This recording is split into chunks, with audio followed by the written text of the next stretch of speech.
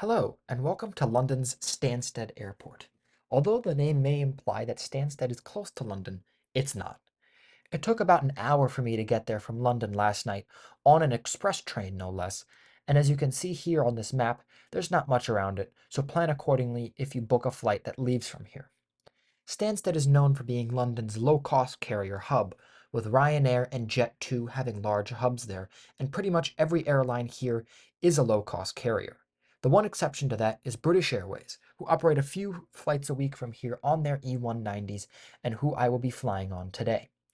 I got to the airport about 2 hours before my flight, which I thought would be plenty of time. After all, Stansted isn't that big, and there's no need to clear customs before boarding a flight to the EU from England. I should have started to get worried when the line to check my bag took about 25 minutes, but I still foolishly believed that I would have plenty of time before boarding. Then I got to security. It was an absolute mess when I was flying. It was crowded beyond belief, and it seemed like every other bag would get pulled aside for extra screening, which made the lines even longer and not move at all. I got through the line into the machine, relatively quickly, probably within about 20 minutes or so. But for some reason, my bag got pulled aside, and I proceeded to wait for about another 25 minutes before a security agent got to my bag, then proceeded to just send it right back through the machine, and it came out without an issue. That was just a complete waste of about 25 or 30 valuable minutes for no reason at all. What made this worse is the absolute maze of duty-free shops that you have to pass through on your way to the gates. And I got the boarding notification as I was weaving through this seemingly never-ending maze of shops. Once I got out of that chaos, I figured out that for some reason, I would have to take an air train to my gate, even though Stansted is definitely small enough not to need an air train. And each of its banks of gates is quite small and could easily be walked to from the central terminal. I had to wait for the air train for a few minutes and then rode it over to my gate, praying that I would be able to get on the flight. I proceeded to book it through the terminal and then ended up being one of the last couple of people to board. And both the gate crew and cabin crew were very, very nice and understanding as I boarded right as we were supposed to be pushing back from the gate. Clearly, this sort of thing happens a decent amount at Stansted, as they didn't really seem too surprised to see me running up and complaining about that stupid maze of duty-free shops. With me finally on this 10-year-old E190, I can finally tell you where I'm going today, and that is Florence, Italy. Yes, for some reason, BA flies to Florence from Stansted once a week. Not quite sure why, but this flight was really cheap, so I'm not complaining. Here are a couple of close-ups of our plane, a 10-year-old Embraer E190 registered Golf Lima Charlie Yankee Sierra. BA configures their E190 with 98 seats in a 2-2 configuration, with the first 10 rows considered Club Europe, or BA's short-haul business class. We pushed back from our gate at 8:04 a.m., 14 minutes late. Unfortunately, we had to sit and wait for about 25 minutes to take off from Stansted runway 22, which we finally did at 8:31. We're pushing back, but we're pushing back only, and that is if we don't push now, we're probably going to lose our tug crew to another aircraft, and that's going to delay us it's going to delay us further. So air traffic control have agreed to our request to push, to just park and stand still on the taxiway here, and then the tug crew can disconnect and they can go off, and then as soon as we get our clearance to start from air traffic control, we can be underway. So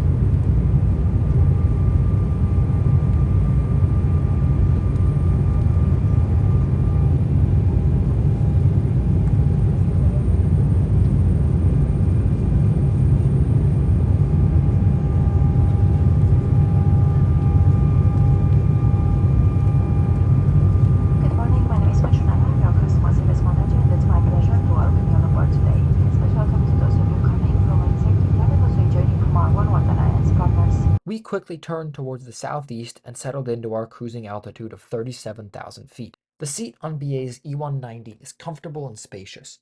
There isn't an adjustable headrest, unfortunately, but the seat is well padded and great for the 1 to 2 hour flights that this plane usually does. The legroom was excellent and much, much better than I had on American's Dreamliner, which flies much longer routes than this plane does. The seat back in front of you has a standard sized tray table and a pocket that holds the safety guide. There are also coat hooks on every seat, which can be handy if you are flying during the colder months of the year. As we were flying over Belgium, the crew came through and offered everyone a drink, a granola bar, and a choice of a sandwich, which I went for egg and bacon. I was not expecting any sort of breakfast service beyond maybe a bag of pretzels, and this was a really, really pleasant surprise.